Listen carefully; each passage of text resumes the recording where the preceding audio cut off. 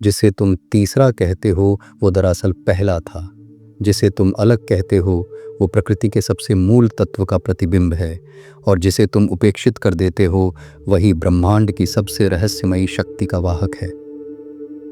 आज तक आपने सिर्फ पुरुष और स्त्री के बारे में सुना है, लेकिन क्या आप जानते हैं कि हमारी प्राचीन परंपराओं में एक तीसरी शक्ति का भी जिक्र है, जो इतनी अलौकिक थी कि देवता भी उसे पूजते थे। आज हम एक ऐसे रहस्य को उजागर करेंगे जिसे सदियों से छुपाया गया है। यह सिर्फ किसी जैविक पहचान की बात नहीं है, बल्कि उस दिव्य शक्ति की बात है जो इस ब्रह्मांड को संचालित करती है। नमस्कार साधकों, आज हम एक ऐसे विषय को छूने जा रहे हैं जिसे सदियों से झूठ, शर्म और अस्वीकार के पर्दों में ढका गया है, लेकिन जिसे भारतीय तंत्र, शैव परंपरा और देवी साधना में अलौकिक शक्ति माना गया।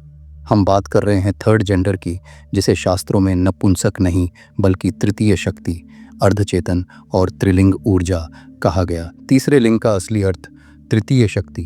भारतीय दर्शन में लिंग का मतलब शरीर नहीं बल्कि ऊर्जा की वह दिशा है जिसमें चेतना व्यक्त होती है। यह चेतना का स्वरूप है पुरुष, स्थिर बीज रूप ऊर्जा जो सृष्टि को शुरू करती है, स्त्री रचयिता क्रीड़ा रूप ऊर्जा जो सृष्टि को आगे बढ़ाती है, तृतीय लिंग ब्रह्मा और शून्य के बीच का गूढ़ सेतु। यह न तो सिर्फ बीज है, न ही सिर्फ अभिव्यक्ति, यह वो खालीपन है, वो मध्य मार्ग है जहाँ से दोनों की उत्पत्ति होती है। थर्ड जेंडर केवल जैविक ट्रांस या इंटरसेक्स की बात नहीं करता। यह एक ऐसा ऊर्जा स्वरूप है जो पुरुष और स्त्री दोनों से परे है। इसे हमारे ऋषियों ने उपचेतन योनि कहा। इसका मतलब है एक ऐसी अवस्था जो चेतना से ऊपर उठ चुकी है। यह वो संतुलन है जो न तो किसी एक तरफ झुकता है, न ही किसी दूसरे की तरफ। यह प्रकृति का सबसे शुद्ध और संतुलित रूप है। कल्पना कीजिए, एक तराजू है, एक पलड़े पर पुरुष की ऊर्जा है, दूसरे पर स्त्री की।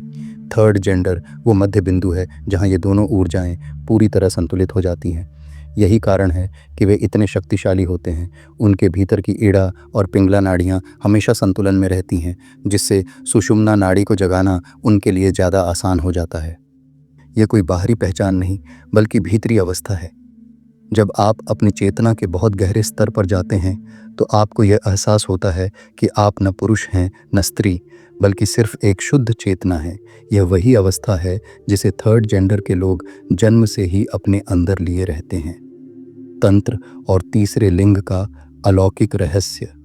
क्या आप जानते हैं, काली साधना, भैरवी अनुष्ठान और श्मशान तंत्र में किन्नरों को विशेष स्थान दिया जाता था। तांत्रिक ग्रंथ कुलार्णव तंत्र और रुद्र यामल तंत्र में लिखा है, न स्त्री न पुरुष न पाश, जो मध्यवर्ती है वही शुद्ध द्वार है।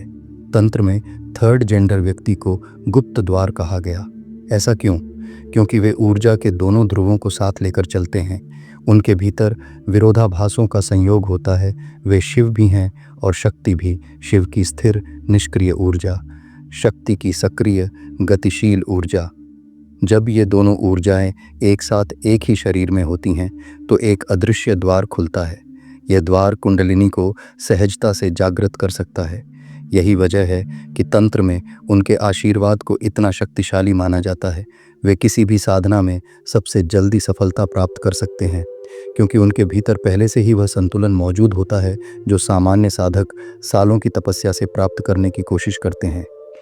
तंत्र विद्या के अनुसार ऊर्जा के प्रवाह को नियंत्रित करना ही सबसे बड़ी सिद्धि है, और थर्ड जेंडर व्यक्ति जन्म से ही इस ऊर्जा के सबसे शुद्ध स्वरूप को वहन करता है। उनकी देह में वो स्थान होता है जहाँ से देवी देवताओं की ऊर्जा को आसानी से बुलाया जा सकता है। इसलिए वे तांत्रिक क्रियाओं और अनुष्ठानों में महत्वपूर्ण भूमिका निभाते थे। आज जिन्हें हिजड़ा कहकर समाज तिरस्कार करता है, वही प्राचीन भारत में राज दरबारों में सम्मानित पद पर आसीन होते थे। राजपूत काल में वे राज शुभकामना देने और शुभ अशुभ का संकेत बताने वाले होते थे। युद्ध से पहले उनसे आशीर्वाद लेना शुभ माना जाता था। वैदिक यज्ञों में उन्हें विशेष मंत्रों के उच्चारण का अधिकार था। अथर्ववेद में तृतीय प्रकृति वाले व्यक्तियों को स्वर संवेदनशील और देवत्व के निकटतम कहा गया है। क्यों? क्योंकि उनके भीतर neither desire nor denial, neither lust nor repression, बल्कि एक स्थायी स्थित प्रज्ञता होती है। वे बीच का पुल हैं अहंकार और समर्पण के बीच। उनका मन वासना और मोह से दूर होता है, जिससे वे ज़्यादा ध्यान केंद्रित कर पाते हैं। वे किसी के भी प्रति सहज ही करुणा और प्रेम से भर जाते हैं। वे अहंकार को नहीं बल्कि एक दूसरे से जुड़े हुए ब्रह्मांड को महसूस करते हैं। यह एक ऐसा गुण है जो सिर्फ कठोर तपस्या के बाद मिलता है, लेकिन उन्हें यह जन्म से ही मिला होता है। यह एक दैवीय उपहार है, न कि कोई सामाजिक विकृति। थर्ड जेंडर की शक्ति, ऊर्जा नियंत्रण की दुर्लभ क्षमता।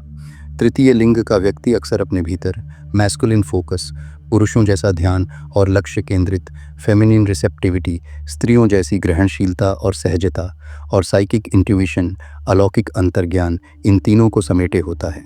उनकी इडा पिंगला सुषुम्ना नाड़ियाँ स्वाभाविक रूप से संतुलित रहती हैं। यही वजह है कि वे योग में शीघ्र प्रगति कर सकते हैं, बिना ज़्यादा प्रयास के अपनी ऊर्जा को ऊपर उठा सकते हैं। उनकी ऑरा अक्सर गहरी नीली या बैंगनी देखी गई है, जो किसी सिद्ध साधक की तरह होती है। बहुचरमा, यल्लम्मा देवी, अरावन पूजा, ये सब देवी परंपराएं इन्हीं दिव्य व्यक्तियों से जुड़ी हैं।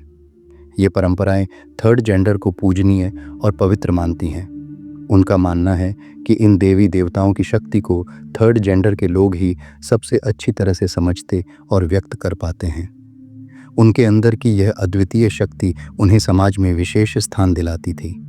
लेकिन जैसे जैसे अज्ञानता और पश्चिमी प्रभाव बढ़ा, हम इन आध्यात्मिक सच्चाइयों से दूर होते गए और उन्हें सिर्फ जैविक या सामाजिक नज़र से देखने लगे। समाज का अपराध, दिव्यता का अपमान। जब समाज थर्ड जेंडर को अशुद्ध, बेकार या दया का पात्र मानता है, तो वह केवल एक व्यक्ति का नहीं बल्कि प्रकृति की संपूर्णता का अपमान करता है। थर्ड जेंडर का अपमान करने का मतलब है अर्धनारीश्वर का अपमान करना, शिव की पूर्णता को खंडित करना, मूल प्रकृति को विकृत समझना। और यही सबसे बड़ा आध्यात्मिक अपराध है, offence against the divine harmony. यह ब्रह्मांड के संतुलन को चुनौती देना है। हम एक ऐसे समाज का निर्माण कर रहे हैं जो एक पेड़ की सिर्फ एक डाली को मानता है और दूसरी को काट कर फेंक देता है। यह कैसे संभव है? यह अपमान सिर्फ उन्हें ही नहीं बल्कि हम सबको भी नुकसान पहुंचाता है। जब हम किसी को नकारते हैं तो हम अपनी चेतना का एक हिस्सा भी नकार देते हैं। यह हमें अधूरा और अपूर्ण बनाता है। क्या थर्ड जेंडर कोई पुनर्जन्म का कर्मफल है या दिव्य कर्म का दूत? कुछ लोग मानते हैं कि थर्ड जेंडर होना कोई पिछले जन्म का दंड है, लेकिन तंत्र और योग का उत्तर है नहीं, बल्कि यह एक दुर्लभ आत्मा का संकेत है जो न तो स्त्री की वासना में अटका और न पुरुष के अहम में उलझा। यह आत्मा अक्सर ब्रह्मचर्य, सेवा और भक्ति की दिशा में अग्रसर होती है। कई थर्ड जेंडर योगी शिव मंदिरों के रक्षक, देवी मंदिरों के पुजारी और ध्यान साधकों के मार्गदर्शक बने हैं। वे इस दुनिया में इसलिए आते हैं ताकि वे हमें याद दिला सकें कि हम शरीर नहीं बल्कि शुद्ध चेतना हैं। उनका जन्म एक दिव्य कर्म का हिस्सा है।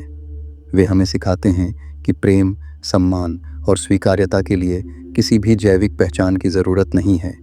वे हमें उस प्रेम की याद दिलाते हैं जो किसी भी शारीरिक बंधन से परे है। तो मित्रों, तीसरे लिंग को अब हम केवल समाज के किनारे खड़ा कोई शख्स न समझें, बल्कि एक ऐसा दर्पण समझें जो हमें याद दिलाता है कि हम शरीर नहीं, लिंग नहीं, जाति नहीं, बल्कि शुद्ध चेतना है। थर्ड जेंडर कोई सामाजिक श्रेणी नहीं, वो है एक रहस्यमयी अलौकिक ऊर्जा जो जीवन के हर विरोध को जोड़ती है। समाज में सम्मान दीजिए, पर उससे पहले अपनी चेतना में स्वीकृति लाइए। तृतीय लिंग को नहीं, तृतीय दृष्टि को अपनाइए। अगर यह वीडियो आपकी आंखें खोल पाया है तो इसे ज़रूर शेयर कीजिए, क्योंकि जब तक हम ईश्वर के हर रूप को नहीं स्वीकारते, हम स्वयं को भी नहीं जान पाते। लाइक कीजिए, सब्सक्राइब कीजिए और जुड़िए उस चेतना से जो हर रूप में दिव्यता को देखती है। ओम नमः शिवाय, ओम नमः शक्तये, ओम पूर्णत्वाय।